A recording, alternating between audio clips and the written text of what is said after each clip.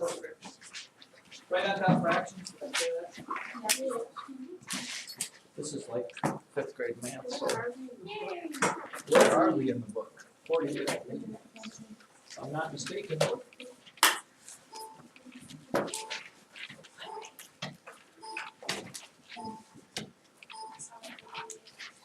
But people forget fractions all the time, so this is probably a good reminder. Under fractions.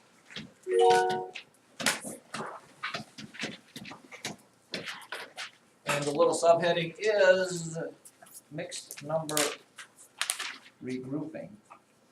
Wait, that's why, wait, stop. Wrong book.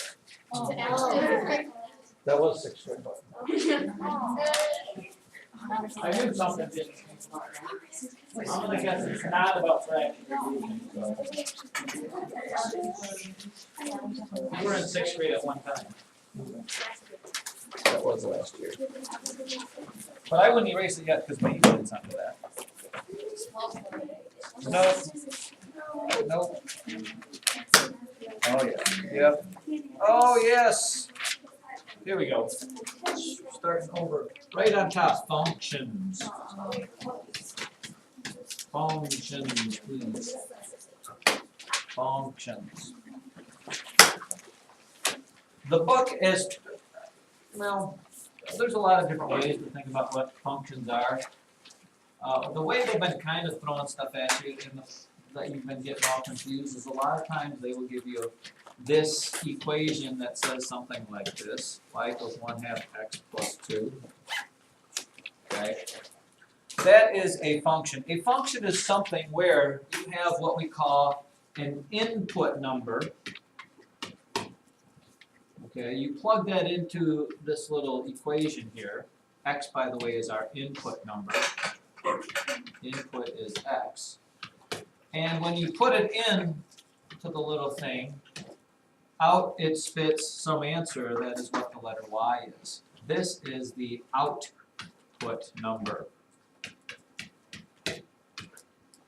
And sometimes you are asked to pick which one you think would be the input number and the output number. For example, if you get a job and you make, I don't know, $9 an hour, unless you work at McDonald's. Alright. If you get a job for $9 an hour, what do you suppose would be the input number and what would be the output number? If you're just guessing that. If I said I had a $9 an hour job and I was making a table of x and y values there, what do you suppose, how would you fill in that table? I mean, I'm not giving you much direction, but logically, what do you input and what do you get out? If you told somebody you're making $9 an hour, Elijah, you would put in, the hours you worked would be the x. And the output, after you put in how many hours you work, what would be the y? Jaden? Yeah, how much you made. So the equation you would have, if you were writing this in an equation form, you would say y, because that's my pay, equals my input number times 9. Well here, this would be like if you're working at Walmart for $0.50 an hour, but they give you $2 just because you're working there, that's what this would be. So here, then you get, again, in this function thing, in order for something to be a function though, okay, every input number can only have one output. And only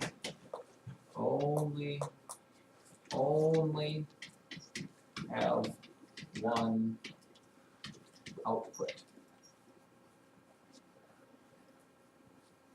And it won't make, you just put that down. We'll talk more about that at a later time, but you just gotta kind of learn. So here we go, and you were supposed to put this in there, and you know, what did the book, they gave you suggestions here, what input numbers would be smart input numbers, ones that are even because you don't have to work with fractions. For example, if I put 4 in for x, what is 1/2 of 4? 2, and then you add this 2 over there, 2 you get 4. If you put 2 in for x, half of 2 is 1, and 1 plus 2 is 3. And if you put 0 in for x, half times 0 is 0, plus 2 is 2. So you end up with that. And you can graph it. Let me see if they how much they talk about the graphing of this. Do they talk about this? No, they don't talk about it. No, they don't talk about it. Okay, yeah. And if you graph it, you can graph this whole thing. 0, 2 would be right here, 0, 2.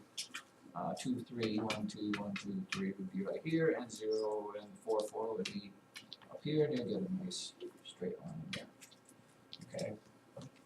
Now, one other thing you must write down is that not only are these called input numbers, they're also called the domain numbers.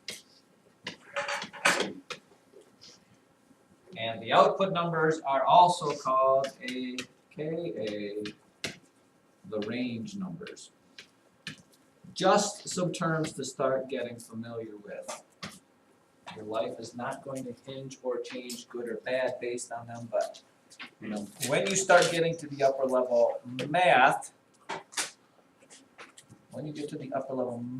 you have to start using some of the jargon that they like you to use.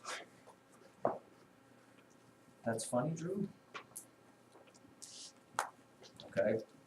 And then one last thing, because this is just kind of an introductory sort of thing. And we talked about proportions. Yes. Yeah.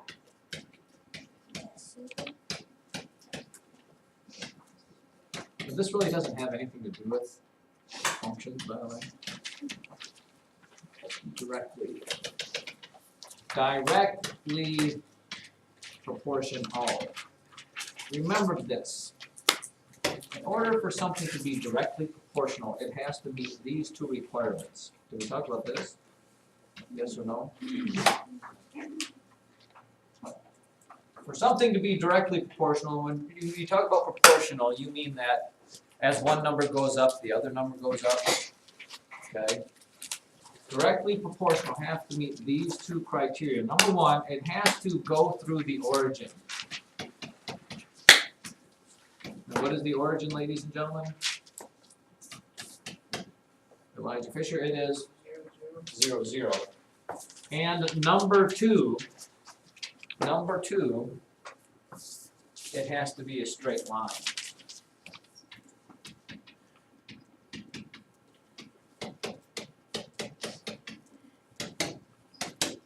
I'll let you write those down, and then I'm going to flip back to that other screen because we can talk about that.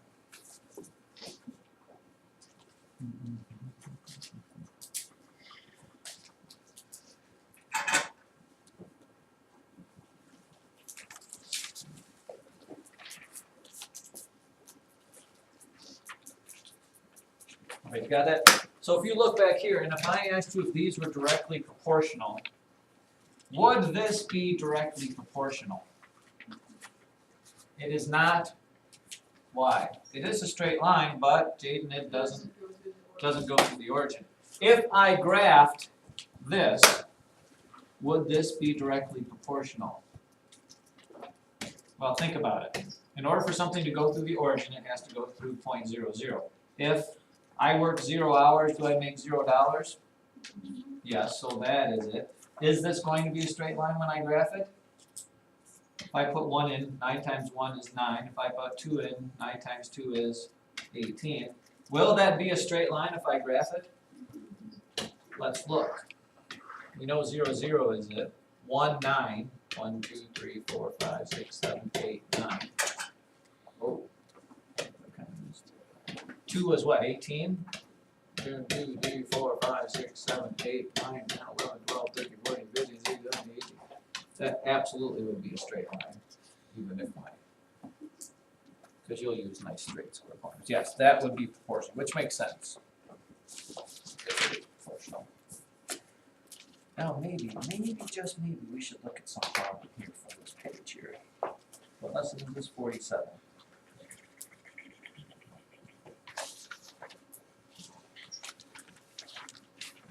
Is there a problem with 47 on here?